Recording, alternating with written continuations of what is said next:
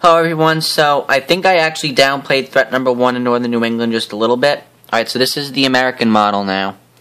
Oops, I'm sorry, hold on. This is Thursday night here. This actually comes far enough south, I think, to deliver a light to, maybe, probably not moderate, I'd say a light snowfall to northern New England. And then I think northern portions of Maine, New Hampshire, and Vermont could maybe see more of a moderate snowfall. I kind of made a premature decision by saying coating to an inch or two. That was kind of stupid because I didn't really look at that too much. I just said, oh yeah, coating to an inch or two. Meanwhile, there's winter weather advisories popping up there, and I just looked at it, and it looks like this is going to come far enough south to bring a accumulating snowfall to northern portions of New England. The short-range models are suggesting possibly up to 5 inches in some locations. So I think your biggest threat for the heaviest snow, central and northern Maine, central New Hampshire and Vermont on north, and maybe into northwestern sections of New York State. I would think you would get more of a 2 to 4 or 3 to 6 maybe into northern portions of Vermont, New Hampshire, and Maine.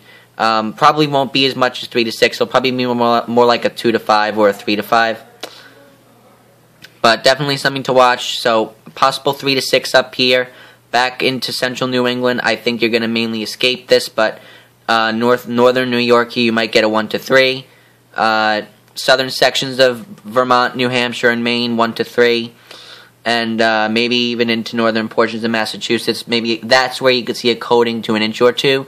And then extending maybe down into southern Connecticut. If it's cold enough, you might be able to see a coating to an inch or two as well. But I don't think it makes it as far south as New York City and Long Island. So just to clear that up there, I made a mistake by saying coating to an inch or two in my last video. So I apologize for that. We'll have more details on the impacts of this storm in New England later in the week. I really wanted to focus on the upper Midwest and Plains today, so that's why I kind of just threw it out there. Oh, coating to an inch or two. My mistake. Alright, now let's focus on threat number 2. Alright, so now we're going to take a look at European model. Alright, this is all associated with threat number 1 that is currently moving across here. That's going to move out by Thursday night. And then you have this next piece of energy coming in along the northern jet stream once again. So this is your next piece of energy to watch. And check this out. You have one low up here associated with that piece of energy, and you have another area of low pressure down here. Now the reason for that, this is like a frontal system. There's going to be it's like a cold front that's going to be coming through. Excuse me, with these with this system. So this is more of a frontal system than anything. All right. Now, when it's over here, I think you're going to have to watch out for snow. Really upper plains here. Pretty much the same areas that are seeing snow right now. I think you're going to have to watch out. I'm not sure if there's a lot of moisture associated down here, but you might have to watch down into here. But I think it's mainly going to be up here into Montana, maybe into Wyoming, the Dakotas, Minnesota, maybe down into Wisconsin, and then, down into Wisconsin over here, and then back into northwestern and northern portions of Michigan. That is where your threat's going to be, I would say, Thursday night into Friday, or Thursday into Friday time period. So you're going to have to watch out there. Then what's going to happen, this piece of energy is going to translate eastward, and you have another... You have your Arctic air mass up here that's kind of pushing this. It's going to push this south a little bit to the south and east, according to this model and the Canadian model. Alright, so there it is. And then see it kind of shifts to the south and east just a little bit, not by much. But it was up here before, now it's down here by a little bit. And now it's taking on a negative tilt, and it's going to go to the north and east. So it shifted down just a little bit, and now it's going to go shift to the north and east. So now your storm is over here.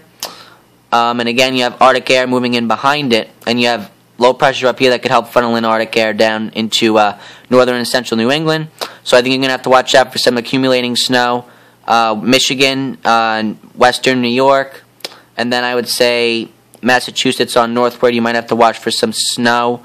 maybe a bit of a wintry mix in central New England. I think this is more of a northern New England situation when this comes over here. But it depends how far south this comes. Now, look at this. So, it's down here. Now, the models, European and Canadian have it going like this. If it stays that far south, cold air could work in behind. You might get a period of snow in this area. And I haven't looked at the QPF forecast yet, but this looks a little bit weaker than the system we're currently dealing with. However, as it approaches the ocean, it always takes in more moisture. So, you might have to watch out for, a band of snow to come along with this in this area here. Northern sections of the Midwest, Upper Plains, then extending across the Great Lakes region over here into northern New England. You're going to have to watch for a band of snow to develop. Not sure how heavy it's going to be. Let's take a look at the American model because that will tell us how heavy it's going to be. Alright, so here we go. Thursday. This is your piece of energy coming in. Oh, and by the way, the American model brings this further north than the European and the Canadian, which would allow warmer air to come up into here. So if it tracks further north, your wintry precipitation is further north. You have rain on the southern end, and that rain could be heavy because, again, as you approach the ocean, you get more moisture associated with it. Thus, you get more precipitation. So here's your thing. Again, it kind of keeps us to north. This Arctic air mass doesn't really press as far south in the American model here. Okay, so let's see what happens here. So there's your system right here. It's going to move east. And then see, it's already taking on a negative tilt pretty early. Now here's your storm system, and then here's your precipitation map. There is cold air working in behind this, so your band of snow is probably going to be around. Let's go back a little bit. I apologize.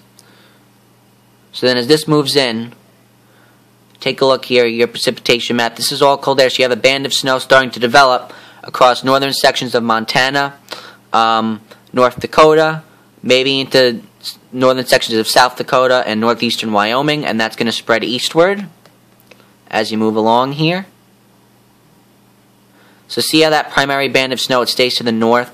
So northern sections of the plains, again, all of this is snow here, most of this. Maybe on the southern end it's a bit of rain, but this is mainly going to be snow. It's going to be associated with an Arctic air mass, so mainly snow here, and then that's going to spread east. And as this moves northward, I think most of this is going to be rain. Down southern end here, most of this will be rain. Then northern New England and back into southeastern sections of Canada, you could get a period of snow or wintry precipitation. And then look at how far north this track is compared to the European and Canadian. You see that? This is a lot further north. So let's do a comparison of the models here. I apologize, I probably should have done this earlier.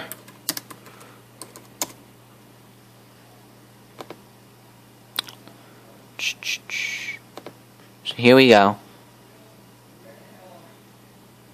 So we're going to come here.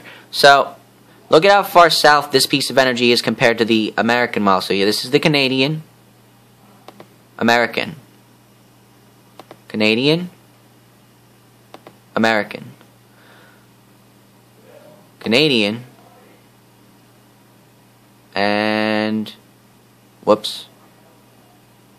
Alright, Canadian, American model. Now, what I'm noticing here in the Canadian model is this Arctic air mass, this is all Arctic air, is pushing this just a little bit further south.